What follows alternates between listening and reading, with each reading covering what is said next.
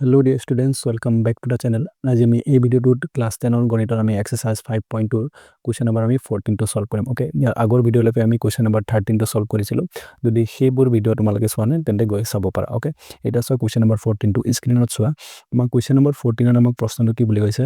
10 আৰু 250 ৰ মাজৰ 4 ৰ গুণিতক কিমানটা আছে? আমি 10 আৰু 250 ৰ মাজত 4 ৰ গুণিতক অৰ্থাৎ 4 ৰে হৰণ যোৱা সংখ্যা সেইবোৰ আমি বিচাৰি উলিয়াব লাগে। যেনে প্ৰথমটো কি হ'ব? 10 টো নহয়, 10 আৰু 10 টো আমি ল'ব নোৱাৰো, কাৰণ কিয় 10 আৰু 250 ৰ মাজত গৈছে। তো 11 পৰা আৰম্ভ হ'ব। তো 11 টো 4 ৰে হৰণ নাযায়, 12 টো 12 আমি 4 ৰে কাটিব পাৰো বা হৰণ কৰিব পাৰো কেইবাৰ? 4 ৰে 3 বাৰ। ওকে, তো এনেকুৱা কিমানটা সংখ্যা আছে আমি 10 আৰু 250 ৰ মাজত সেইটো আমি বিচাৰি উলিয়াব লাগে।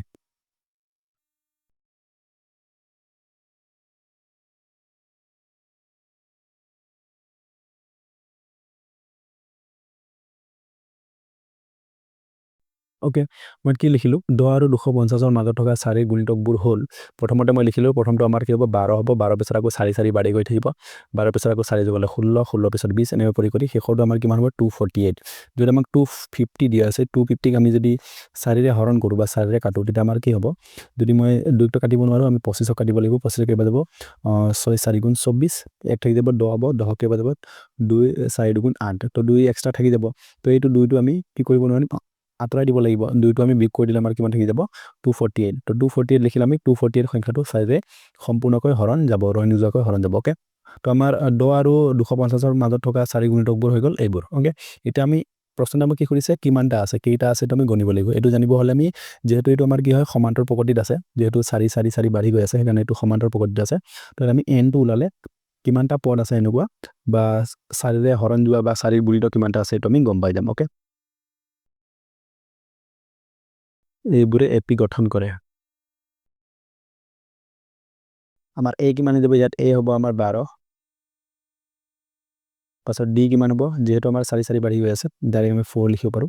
মানে এইবোৰে কি এপি গঠন কৰে? মই ক'লো যেহেতু আমাৰ কি হয়? গোটেইকেইটা কি হয়? 4 4 4 কৰি বাঢ়ি গৈ আছে, সাধাৰণ অন্তৰটো 4 হয়, সেইকাৰণে d আমাৰ কি হ'ব? এইটো এপি গঠন কৰে। আৰু ইয়াত আমাৰ যিটো শেষৰ পদ আছে এইটো 248, এইটো আমাৰ হৈ যাব an হ'ব আমাৰ 248। আৰু আমি কি ওলাব লাগে? পদৰ সংখ্যা, মানে কিমানটা আছে এইটো জানিব হ'লে আমি n ওলাব লাগিব। ওকে, এতিয়া যেহেতু আমাৰ কি হয়? an মানে n দিয়া আছে আমাক 248। এতিয়া an ৰ সূত্ৰটো আমি জানো। an মানে আমি কি লিখিব পাৰো? একেবাৰে ইয়াতে লিখি দিওঁ। n মানে আমি লিখিব পাৰো a plus n minus 1 whole into d equals to কি হ'ব? 248।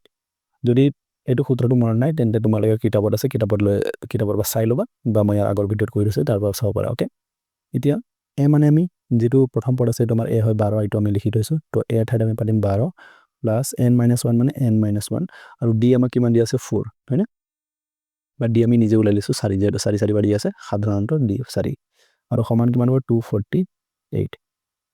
এতিয়া এই 12টো আমাৰ ইফালে কি হৈ আছে? যোগ হৈ আছে। তো আমি এইটো সোঁফালে লৈ যাম। সোঁফালে লৈ গ'লে আমাৰ কিমান হৈ যাব? সোঁফালে লৈ গ'লে হৈ যাব এইটো আমাৰ বিয়োগ। তো 248 মাইনাছ 12। ওকে, আৰু বাওঁফালে আমি অনলি n মাইনাছ 1 ল'ম। চাইডো এতিয়া আমাৰ n মাইনাছ 1 ৰ লগত পূৰণ হৈ আছিল, সোঁফালে গ'লে আমাৰ হৰত আহি যাব। 248 পৰা আমি 12 বিয়োগ কৰিব লাগে। প্ৰথমতে যদি আমি 10 বিয়োগ কৰোঁ, 10 বিয়োগ কৰিলে আমাৰ হৈ যাব 238, 238 পৰা আকৌ 2 বিয়োগ হ'লে 236। ওকে, এতিয়া আমি এইটো 4 ৰে কাটি দিওঁ। 5 বাৰ কৰিলে 5 4 গুণ 20, 3 থাকি যাব 36, 9 4 গুণ 36, তো 59 হৈ গ'ল।